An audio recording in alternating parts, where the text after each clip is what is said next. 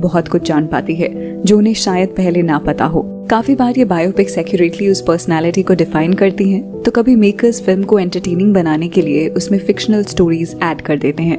Recently release film Sher Shah भी एक biopic है, जहां हमें कैप्टन विक्रम बत्रा की लाइफ स्टोरी और उनकी ब्रेव अचीवमेंट्स देखने को मिलती हैं। इस वीडियो में हम एनालाइज करेंगे कि फिल्म में कौन से एस्पेक्ट्स फैक्ट्स थे, यानी जो रियलिटी में भी हुए थे और फिल्म में दिखाए भी गए थे। वहीं फिल्म में कौन से एस्पेक्ट्स फिक्शन थे, यानी कि वो चीजें जो रियलिटी में नहीं हुई पर फिल्म में दिखाई गई हैं। इस वीडियो में बहुत से स्पॉयलर्स होने वाले हैं, सो वी रिकमेंड कि आप इस वीडियो को फिल्म देखने के बाद ही देखें। शेरशाह, पास मैसेज होगा? ये दिल मांगे मोर सर। नंबर 1, फिल्म में जब विक्रम एक सीन में कहते नजर आते हैं, या तो मैं ये तिरंगा लहरा कर आऊंगा या उसमें लिपट कर आऊंगा। ये लाइन ऑलरेडी आइकॉनिक बन चुकी है। कोई फिक्र न कर जानी, ये तिरंगा लहरा कर आऊंगा, नहीं तो उसमें लिपट के आऊंगा, लेकिन आऊंगा जरूर। And everyone has connected to it. Do you think reality में कैप्टन विक्रम बत्रा ने कभी ऐसा कुछ कहा होगा? Is it fiction or a fact? Well, let us tell you कि उन्होंने exactly ये लाइन रियलिटी में कही थी. So this is a fact. I remember Vikram telling one of his friends when he went for the Kargil war, या तो तिरंगे में लिपट कर आऊंगा या तिरंगा लहरा कर आऊंगा, लेकिन आऊंगा जरूर। नंबर 2, फिल्म में जब 13 JN की राइफल्स को .5140 कैप्चर करने का मिशन असाइन होता है, तो सभी सोल्जर्स को एक कोड नेम दिया जाता है। विक्रम बत्रा को शेरशाह नाम एज अ कोड नेम दिया जाता है, and you all must be knowing that this is a fact. But what about his victory signal, ये दिल मांगे more? Well, again this is a fact. Captain Vikram Batra ने रियलिटी में ये लाइन अपने विक्ट्री सिग्नल के तौर पर रखी थी। उन दिनों पेप्सी का ये स्लोगन होता था, एंड विक्रम बत्रा को ये स्लोगन बहुत पसंद था। इसीलिए जब उनसे उनका विक्ट्री सिग्नल पूछा गया, तो उन्होंने ये दिल मांगे मोर को ही रखना सही समझा। उनसे सब पूछा करते थे कि ऐसा सिग्नल नेम क्यों रखा है, और उनका बस यही कहना होता था कि once I take over one mountain, then I am not gonna stop there. इसीलिए ये दिल मांगे more was the perfect line for him. Companies success signal was ye dil mange more. The guys were so highly charged up that they're wanting that some more bunkers should have been there and we would have got the more chap. Number 3, .5140 को capture करने के बाद जब विक्रम वापस base पर आते हैं, तो दिखाया जाता है कि वो सैटेलाइट फोन से सबसे पहला कॉल डिम्पल को करते हैं। This scene was not a fact. It was a fiction. सबसे पहला कॉल विक्रम ने अपने फादर GL बत्रा को किया था, and this has an interesting story to it. जब विक्रम उन्हें कॉल करते हैं, तो सबसे पहले वो कहते हैं, daddy I have captured.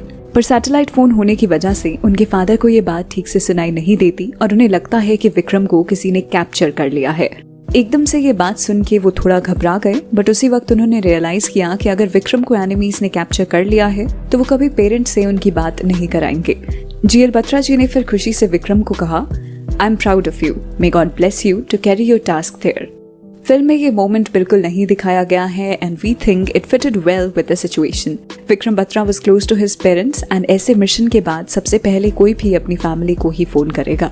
It would have been nice अगर ये सीन फिल्म में दिखाया जाता, क्योंकि हमें विक्रम और उनकी फैमिली के बहुत कम सीन्स देखने को मिलते हैं। So it would have perfectly made sense to include this one. हमें विक्रम और उनके फादर की एक इमोशनल बॉन्डिंग देखने को मिलती, जिससे ऑडियंस और भी ज्यादा कनेक्ट करती।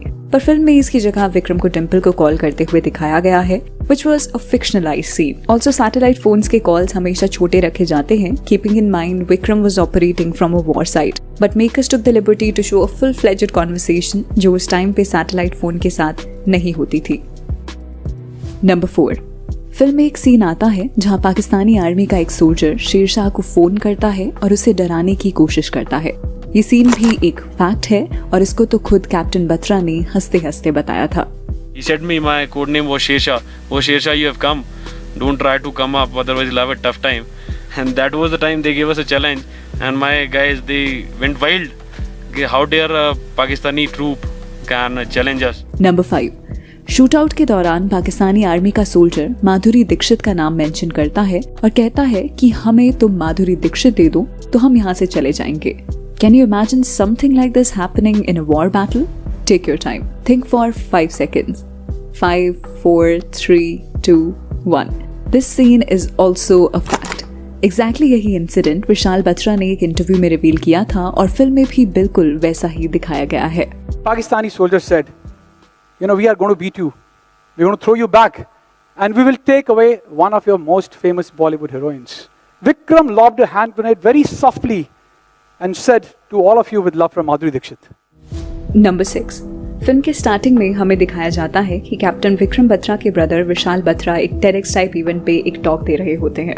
हालांकि उनका कैरेक्टर प्रॉपर्ली फिल्म के एंड में शो किया जाता है, where you see him completing his speech. So was his speech a fact or fiction?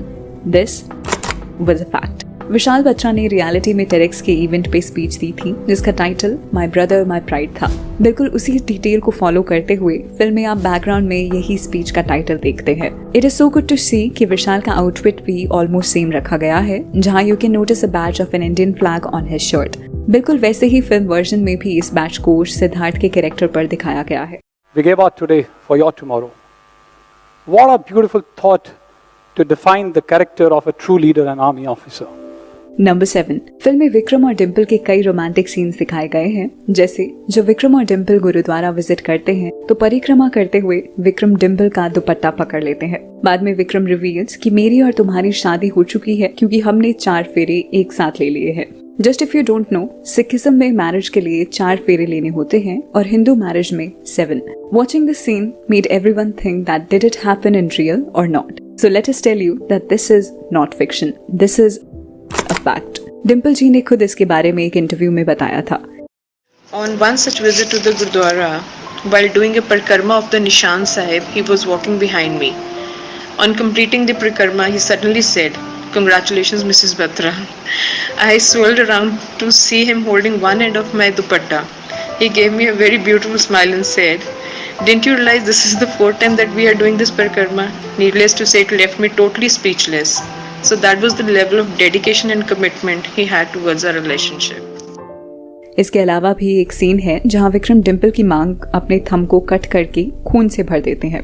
While watching this film, we all actually thought that this might be a fictional scene और story को dramatise करने के लिए ये add किया गया है, क्योंकि ऐसा रियलिटी में कौन ही करता। But to our amazement, this was also a fact. I raised the issue of marriage as I was feeling a bit insecure. So without saying anything, he took out the blade from his wallet, put a cut in his thumb and filled my mang with his blood. So that is the most cherished moment of my life till date. Though later on I used to tease him that he is pura filmy. Number 8।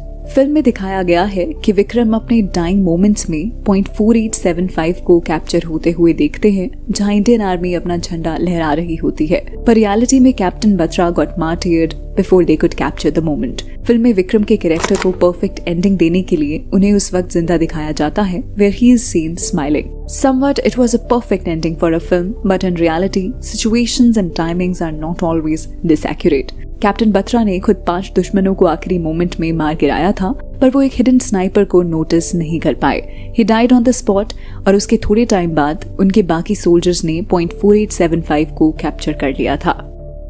Number 9। .5140 को capture करने के वक्त एक situation create हो जाती है जहां film में विक्रम अकेले 3 सोल्जर्स को हाथों से मार देता है। What a thrilling scene it was.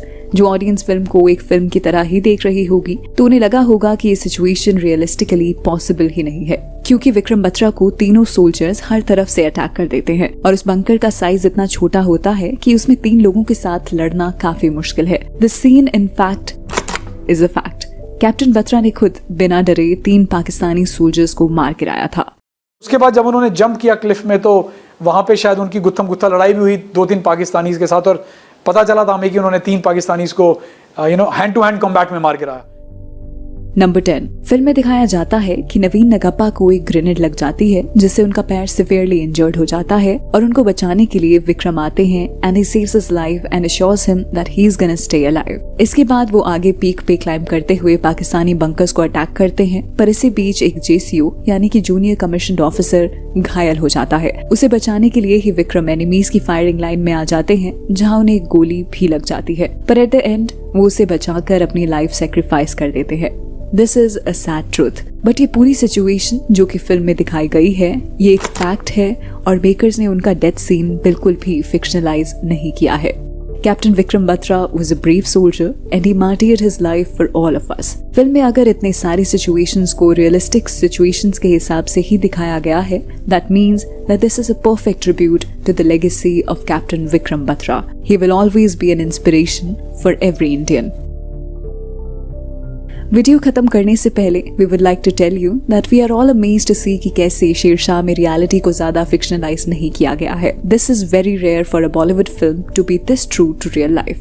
Fact versus fiction हमारी नई सीरीज है, सो अगर आपका रिस्पॉन्स इस वीडियो पर अच्छा आता है तो हम इस सीरीज को और फिल्म्स के साथ कंटिन्यू कर सकते हैं. Do let us know in the comments कि आपको ये वीडियो कैसी लगी.